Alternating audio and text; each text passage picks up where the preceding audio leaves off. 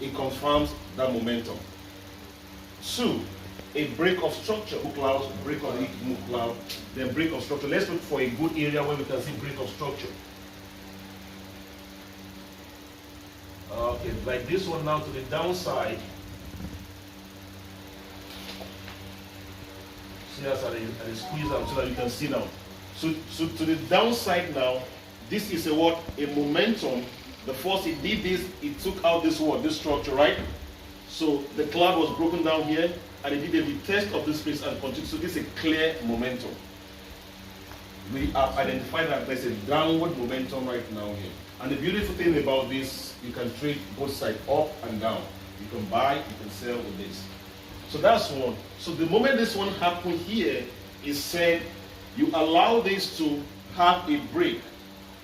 That movement goes to create a new high or a new low, and when it takes a break, allow the pull back. You see how we're calling it now, reversal plan. So you need to allow it to pull back, and the pullback should be well enough, not just small pullback, and you say that it has pullback. You said let the pullback be well enough. Now you should say, okay, this is a pullback. In this case right now, so the pullback from here to this point is a good pullback. That's condition number 2. And when it got to this place, now in this case, I can see it in the downward trend here now. But I wish I can go back to show you the upward trend. So you can see the cloud. Now another thing you must understand, Joel says it's better to always buy above the cloud and always sell below the cloud. So those are the minor conditions. Multiple answer question. Yeah, okay, how do I explain that to you now? Why did you see 2 points here? So let me see if I can explain that.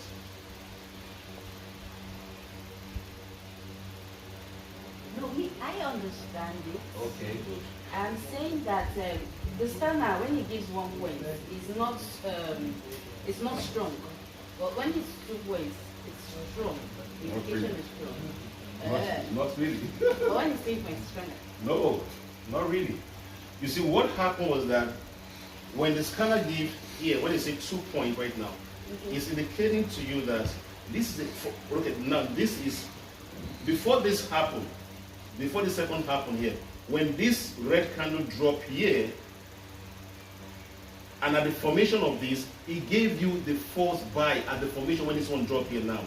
So when the candle was moving, when this big candle formed, in fact, that was when, in fact, he has already done the 2 points. When, I mean, this one was even here, it's not from this big candle here. It was when this thing dropped there, he gave you this one. That's the first point. When the big candle formed, he gave you a confirmation that double here and yet considering this, it make it, this is the 2 times we're telling you that the buy is happening. He has first given you one buy signal. Is that the meaning of the 2 points? That's what it means. So is that not a stronger indication? It's somehow a stronger indication, but that doesn't mean that if you see 1 point, the first one he gave you and say, let me wait for another one. It won't always come that way. Most often you see those 2 points come at a very long candle, as maybe previous was first given, then there's a rejection and the pullback comes again, it will give a confirmation that the next 11 minutes. I mean. We should know that the market may not always come to meet us at a support zone. Or like when it's forming all those mid candles. That's a strong momentum. It will not always come down to an event. It has let, it happens most of the time when a breakout happens on boom. When gold has consolidated for a long time and that breakout happens, boom, it's going to another level. So once it begins to do that strong movement, all you'll be doing on a smaller time frame, like 5 minutes, is to do a little movement, make that move and do a little pullback and continue its movement. Get to another point, do a little pullback and continue. So once you understand that, you begin to pick it up from the scanner. Scanner will be giving you. Once it does that small pullback, it will give you the arrow to continue. That's a buy indication. That's I'm using the buy scenario right now. Upward. And the reverse can happen on the downward trend as well. Okay. Under the cloud. My second.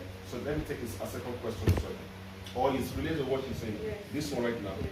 Okay, let's see this will help and try to take your second one. I want to know, are you saying that if we look at this on the higher time frame, it will just show good upward, but to still show this? Now, this one you see here now, 5 minutes, you go and check 15 minutes, you will not see this. And on the 15 minutes, might not be calling that arrow for you. It might not be giving you the arrow because 15 minutes are not yet confirmed. So what you want to check will be on the trend analysis. Is 5 minutes equal to what 15 minutes is saying and 1 hour is saying? Are they all upward trend? I use that as well on trend analysis here. Should we go and check that one? Yes, sir. So now, the fact that you're seeing what is going on under 5 minutes, that's why sometimes, you know, I'm going deeper right now. The way I do it, sometimes if I look at 5 minutes, I'm not too sure. I go to check 15 minutes. When I see that 15 minutes have not fully given the candle, I come to trend analysis here. Resources. No. Tools. Tools.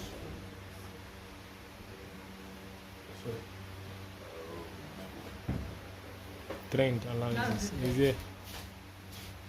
So I come to trend analysis. Then I will look at what the trader is saying. I go to commodity straight. I don't use RSI yet. Joel didn't bring RSI here for me to where's RSI here? There's no I'm not RSI. seeing it, that's why I'm asking you. And so, why do you want to see it? The originator didn't put it. Okay. Yeah. In our own analysis, like all those things, like they make up. You know, there are four confirmation. There are further confirmation. You see, other people can use other tools to further. You know, me, I said, okay, I added, okay, let this thing come back to a support or resistance, right? And I also added the timing, 15 minutes. Those are additions for me to further give me stronger